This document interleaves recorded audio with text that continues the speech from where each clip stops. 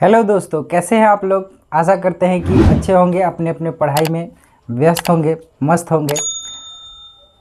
दोस्तों, अगर आप डीएलएड की तैयारी कर रहे हैं या 10वीं में हैं, 12वीं में हैं, 9वीं में हैं, 8वीं में हैं, किसी भी कक्षा में हैं, यदि आपको परीक्षा में रस से संबंधित सवाल बनाने में, हिंदी व्याकरण में जो रस है उससे संबंधित सवाल बनाने में आपको समस्या होता है, तो यह वीडियो आपके लिए है। इस वीडियो में हम परीक्षा में आने वाले जितने भी रस के प्रकार हैं उन सब को बारी बारी से पढ़ेंगे और मेरा आपसे वादा है कि इस वीडियो के बाद आपको कोई दूसरा वीडियो देखने की ज़रूरत नहीं पड़ेगी।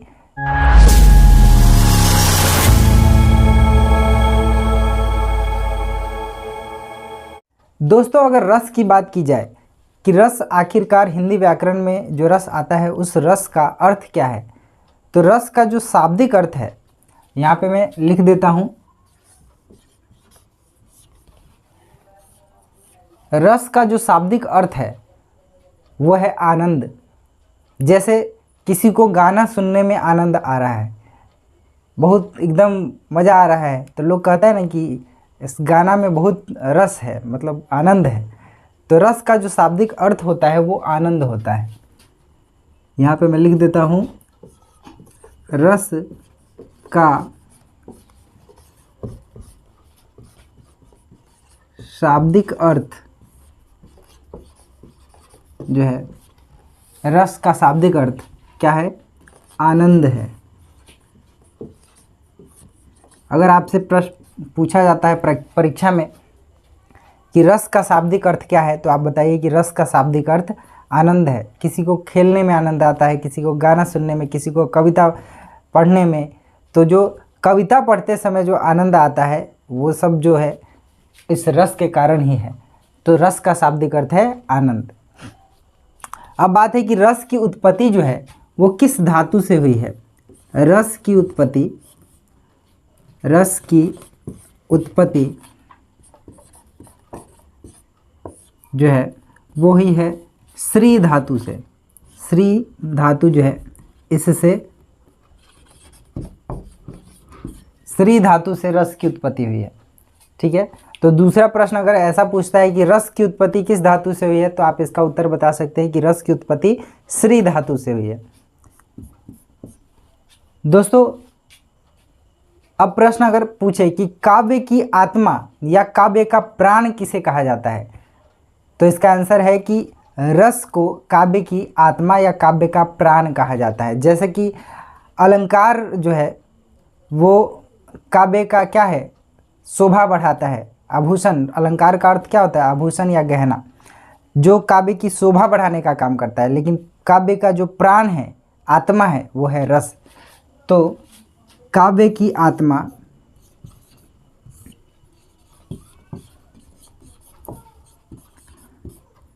आत्मा या प्राण के बारे में बात किया जाए तो यह क्या है?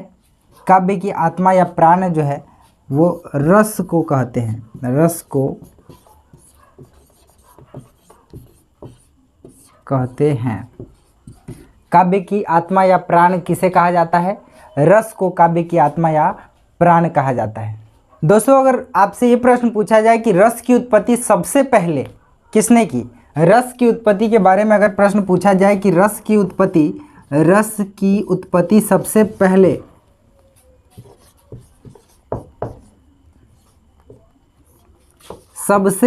किसने की, सबसे पहले की बात अगर की जाए तो रस की उत्पत्ति की है भरत मुनि ने।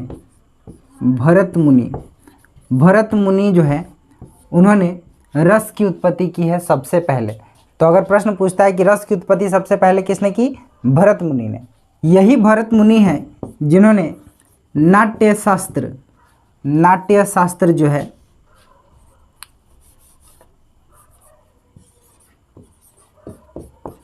नाट्य शास्त्र की रचना जो है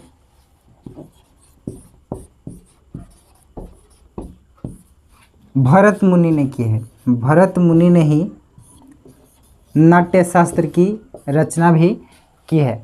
तो यहाँ पे प्रश्न अगर उठता है कि रस की उत्पत्ति सबसे पहले किसने की, तो भरत मुनि ने, और भरत मुनि का ही जो है रचना वो है नाट्य शास्त्र। दोस्तों अगर आपसे ये प्रश्न पूछा जाए कि भरत मुनि के अनुसार रस के कितने प्रकार हैं, तो भरत मुनि के अनुसार जो है रस के प्रकार है 8। भरत मुनि के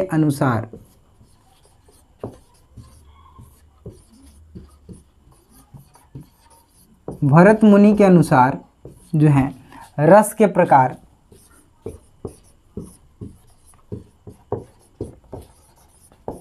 भरत मुनि के अनुसार रस के प्रकार है 8।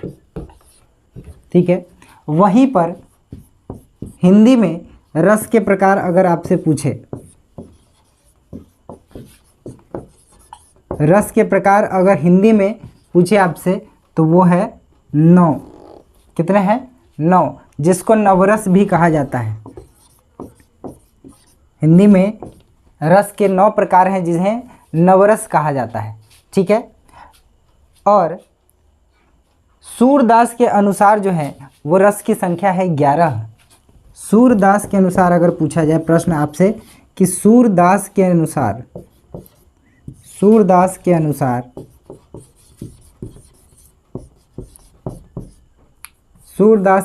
अगर आपसे पूछा जाता है तब 11 रस हैं। ठीक है। सूरदास के अनुसार अगर आपसे प्रश्न पूछा जाता है कि सूरदास के अनुसार रस के कितने प्रकार हैं, तो 11 प्रकार हैं।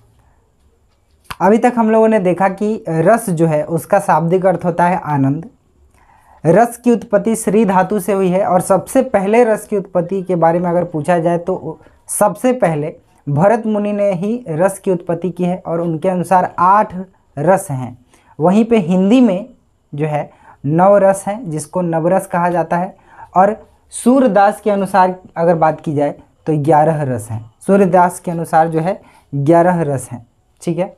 9वां जो रस है, 9वां रस जो है उसका नाम है शांत रस। 9वां रस जो है उसका नाम है शांत रस। वहीं पे 10वां रस जो है, 10वां रस उसका नाम है वात्सल्य रस। और 11वां जो रस है, 11वां रस जो है उसका नाम है भक्ति रस।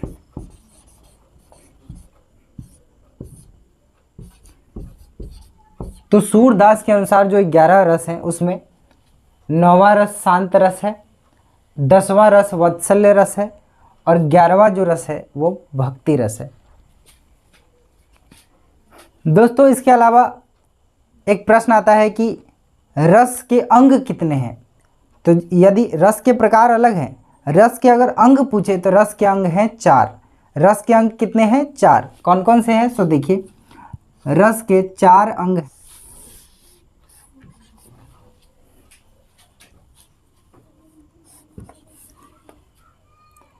एक में है स्थाई भाव,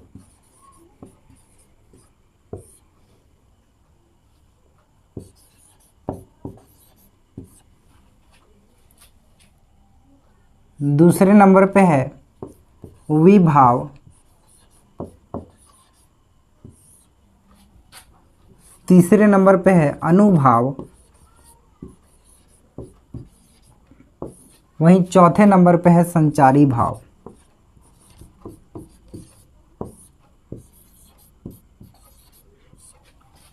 तो इस प्रकार जो है रस के 4 अंग हैं।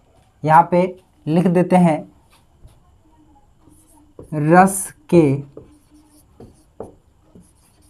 4 अंग। ये रस के 4 अंग हैं।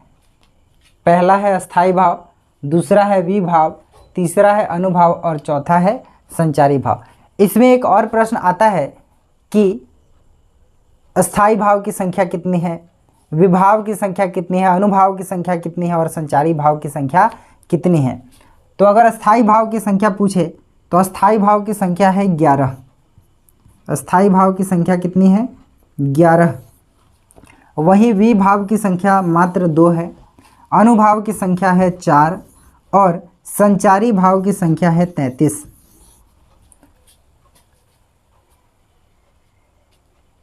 दोस्तों, जितना मैं आपको बता रहा हूँ, किसी भी परीक्षा में 8, 9, 10th, 11th, 12th से लेके IAS वाईएएस तक आप कोई भी परीक्षा दे दीजिए, DLED का हो, BEd का हो, इससे बाहर कुछ नहीं आएगा। इसलिए पूरे वीडियो के साथ बने रहिए और वीडियो अगर अच्छा लगे तो उसको लाइक भी कर दीजिए। तो रस के 4 अंग है, स्थायी भाव, विभाव, अनुभाव, संचारी भाव। सबके अस्थाई भाव जो है उसकी संख्या 11 है, विभाव की 2 है, अनुभाव के 4 है और संचारी भाव की 33 है। दोस्तों, परीक्षा में जो है रस और उसके संचारी भाव से बहुत सारा प्रश्न आता है कि किस रस का संचारी भाव कौन है। दोस्तों, जितने भी प्रकार के परीक्षा हैं सभी में पूछे जाने वाले रस और उसके अस्थाई भाव को मैंने यहाँ पे लिख दिया है। आप देख सकते हैं कि 11 के 11 रस लिखे गए हैं और उसके सामने सभी के स्थायी भाव लिखे गए हैं। जैसे कि सबसे पहला जो रस है उसका नाम है श्रृंगार रस। श्रृंगार रस का अस्थाई भाव आपसे अगर पूछा जाता है तो रति है।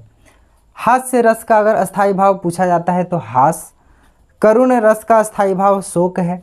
वीर रस का अस्थाई भाव जो है उत्साह है। अद्भुत रस का अस्थाई भाव है आश्चर्य या विस्मय। आश्चर्य या विस्मय।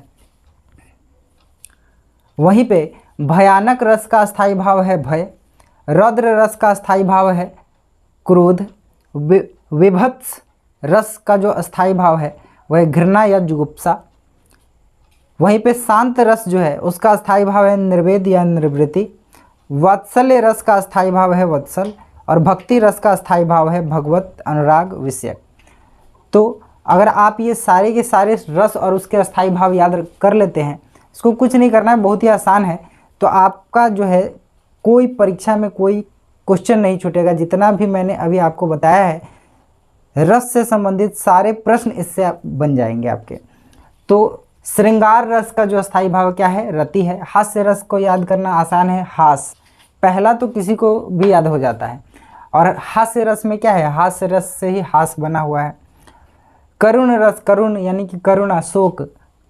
वीर रस जो है उत्साह, उत्साह। वीरों के पास क्या होता है? उत्साह होता है। जैसे आप हमारे फौजी भाइयों को देखते होंगे, हाउस द जोश, यस सर, है ना, वही उत्साह। अद्भुत रस जो है वो अद्भुत, जब हमको कोई चीज़ अद्भुत दिखाई देता है तो हम लोग क्या आश्चर्यचकित हो जाते हैं, विस्मय में, आश्चर्य में खो जाते हैं। भयानक रस से भय। रौद्र रस यानी कि क्रोध। जैसे कि आपने भगवान शिव का रौद्र रूप देखा है एकदम क्रोध में, वही है रौद्र रस, क्रोध। विभत्स रस जो है, विभत्स यानी कि गंदा सा, घृणा, जुगुप्सा। शांत रस यानी कि निर्वेद या निर्वृत्ति। वात्सल्य रस यानी कि वत्सल। भक्ति रस यानी कि भगवत अनुराग विषयक। तो इस प्रकार रस से संबंधित जितने भी प्रश्न आएंगे आप सारे के सारे प्रश्न बना सकते हैं, अगर आप ये वीडियो बढ़िया से देखते हैं और इसको 2-4 बार देख लीजिएगा और नोट कर लीजिएगा, ठीक है। तो अगर आपको ये वीडियो अच्छा लगा तो आप वीडियो को लाइक कीजिए और चैनल को सब्सक्राइब कीजिए और बने रहिए हमारे चैनल के साथ और हर दिन नया कुछ सीखते रहिए। धन्यवाद।